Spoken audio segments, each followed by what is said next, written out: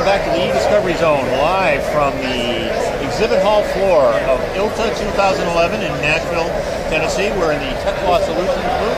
TechLaw Solutions, of course, our always gracious host in the e-Discovery Zone endeavor. I'm Tom O'Connor, the director of the Gulf Coast Legal Technology Center from New Orleans, along with Browning Marean from DLA Piper in San Diego, and one of his rare interruptions of his worldwide jaunts to keep DLA Piper in shape.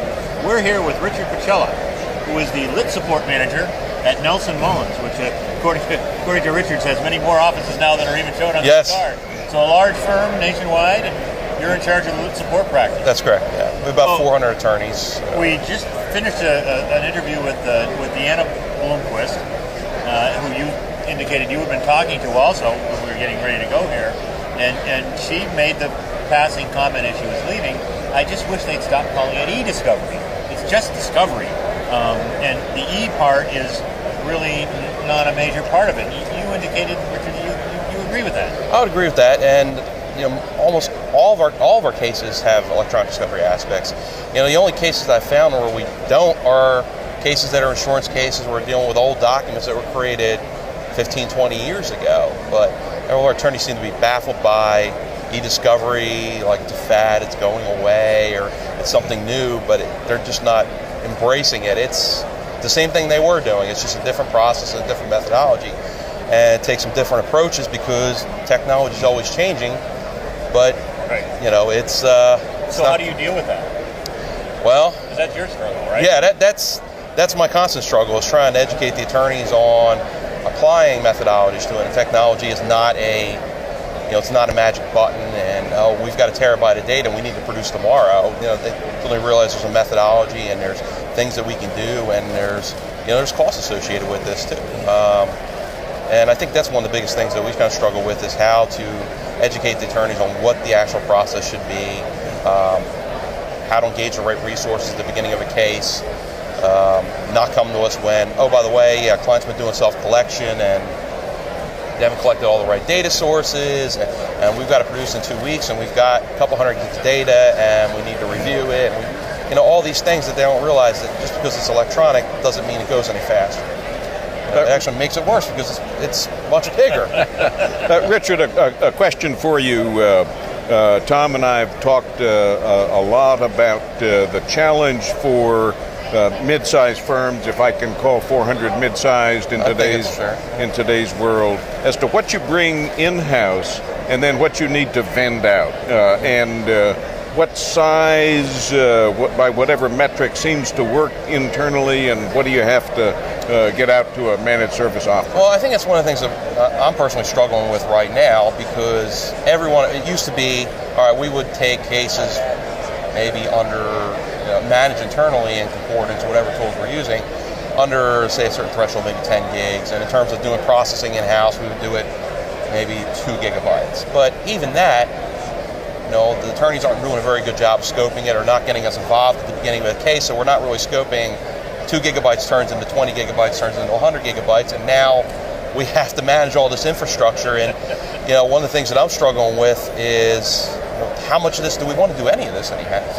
Yes. And do we want to, one of the challenges that I had when I came on board was trying to change my staff from being reactive to being more proactive and consultative, so that we can kind of, embrace some of these things up front, educate the attorneys, and deal with some of those things. And we've done a pretty good job of it, but there's so much work to do. It's a continual battle for us to do that. And with the volumes of stuff going up, I don't know if we've got 24 terabytes of data right now that we're managing internally, across different aspects of the litigation lifecycle, right. Whether it be stuff that we've collected forensically, stuff that we've processed, stuff that we're managing for our internal databases, stuff that we're managing for trial, and we're constantly having to upgrade our infrastructure. Then we got to manage that stuff. We got to manage security on it. It's a lot of resources and a lot of time, and it's a lot of cost that the firm puts out, and we don't really recover it. Yes, well, and I think that's one of the challenges is for firm IT infrastructures. Their core competence should be keeping the word processing, the financing, the traditional, here's what we were hired initially to do.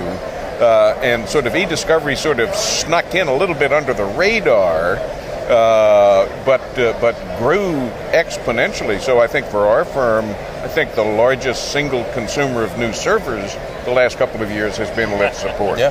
And so really the question is, we're trying to do a better job of capturing the cost for it and charging for it.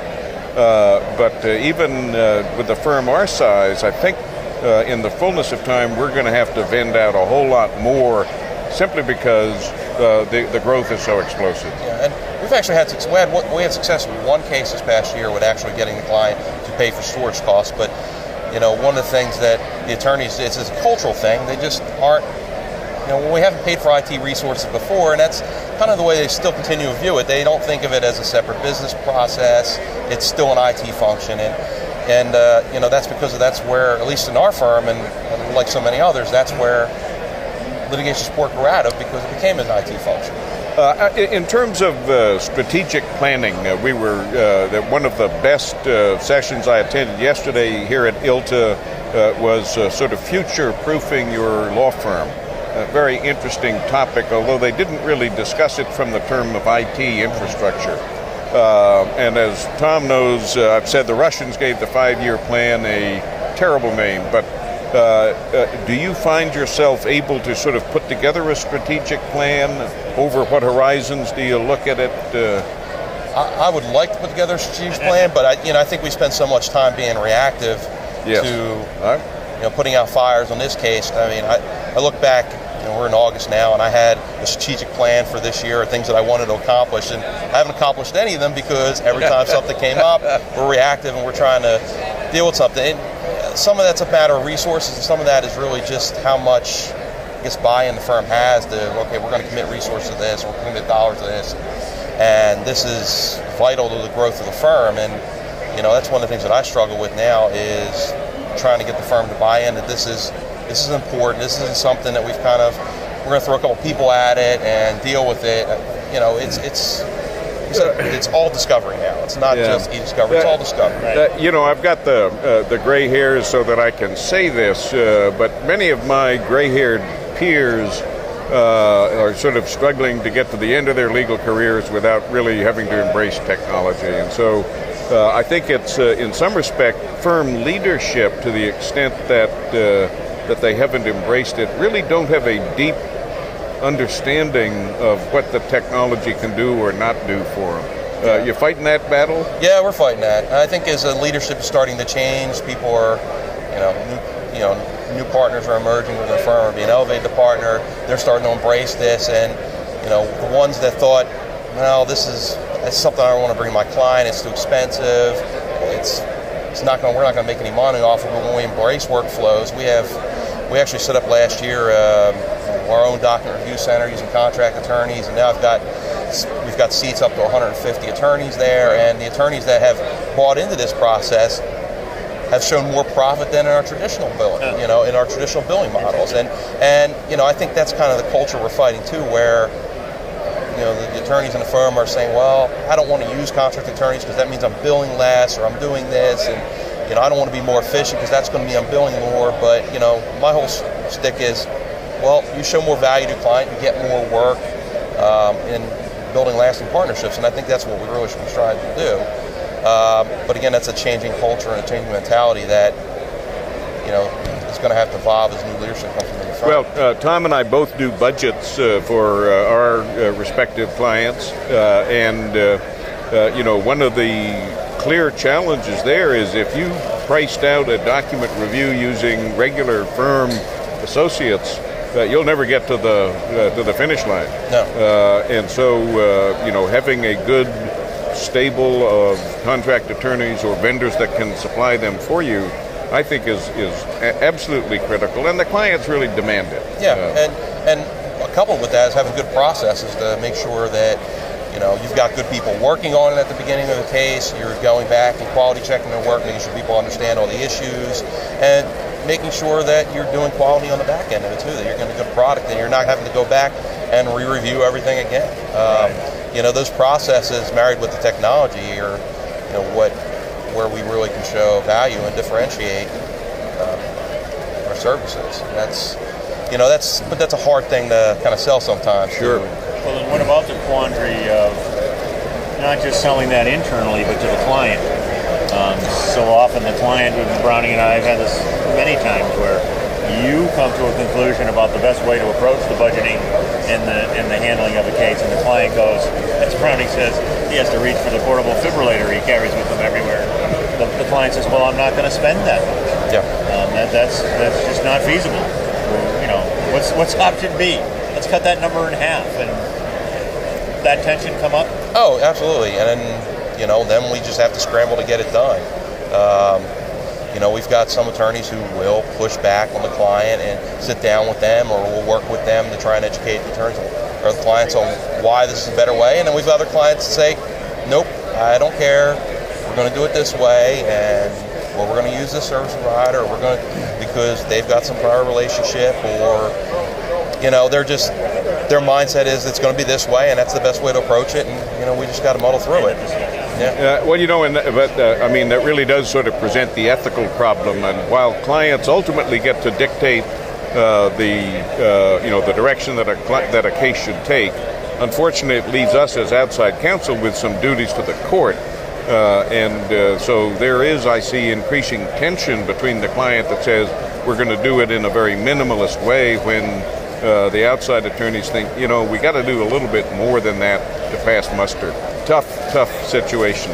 Well, at great personal risk to ourselves, at the last session, we gave Deanna Bloomquist unlimited powers to change any one thing that she could in this area. So we'd ask the same question of you. Okay. You've got the power, and we limited her to one thing, which she was annoyed with, but we stuck with that. One thing within my organization, or within the... You pick. Wow. Yeah. That's hard. One thing, just one thing. In my environment, if I could change one thing, it would be to have some sort of central leadership and mandate about how we're going to approach these projects. Now, I think a lot of our problems would resolve themselves over time if we could just get some central direction, say these are our best practices, the way we're going to approach projects, and these are the people that you need to get involved because that's what their expertise is. It's interesting, Deanna said this as well, the greatest value that we in lit support or in the e-discovery internally can prove is to be that honest guide, but we've got to get in earlier in the process. Yeah. If we can get involved in the beginning and actually sit down with the attorneys and understand what the case is about, what the data sources are, what the issues are, and what are their greatest concerns, their concerns cost, time, and start to work those things out instead of having to come in midstream when they've got a production that's a couple weeks out, and now we're trying to figure this stuff out. That's kind of what I always preach when I talk to people at the firm is, get us in. You got a new engagement, you have a new matter, just pick up the phone, give us a call. We don't have to jump down your throat and be completely involved with what's going on, but just make us aware. There's things we can help point you in the right direction. Just things we can bounce things off of us. Yeah, and because ultimately you're right. We're going to be the ones that have to come in, clean it up, and try and right that ship. We just have about a minute left, so real quick, where do you see things a year from now? If we're to sit down at this table next year, what do you think is going to play out in the discovery field? Well, one of the things that I'm concerned about is just all the mobile technology, iPads, droids, and in terms of legal holds and how we're going to do discovery. We've got clients that are pulling these iPads by the thousands. They're Salesforce, and how are we going to get that data off of them when there's a case, or how we're going to put those things on our litigation hold. Well, thank you for your time. We've been talking with Richard Pachella, the litigation support manager at Nelson Mullins, live from the TechLaw Solutions booth in the exhibit hall of ILTA 2011. The TechLaw Solutions, of course, our gracious host as always. We thank you for their time and energy. And with that, we will say goodbye from the